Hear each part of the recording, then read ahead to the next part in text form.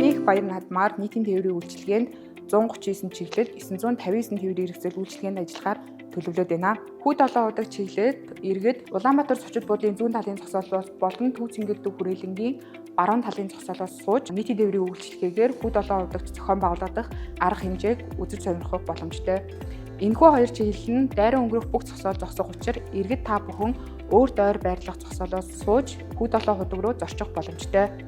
Мөн хотын дотор буюу 7 дугаар сарын 10-наас 12-ны өдрүүдэд Төв цэнгэлдэг хүрээлэнд зохион байгуулагдах арга хэмжээний үеэр Дүнжин гарав болон Мишель Сити зогсоолуудаас богино эргэлтийн BE1, BE2 чиглэлүүд иргэд та бүхэнд үн төлбөргүй үйлчлэх болно. Богино эргэлтийн Дүнжин гарав болон Мишель Сити зогсоолуудад нийтийн тээврийн үйлчилгээний бүх чиглэлүүд хүрэх боломжтой байдлаар тухайн өдөр зохион байгуулсан бөгөөд та бүхэн тухайн богино эргэлтийн чиглэлүүд сууж наадмын үйл ажиллагааг үзэж сонирхох боломжтой.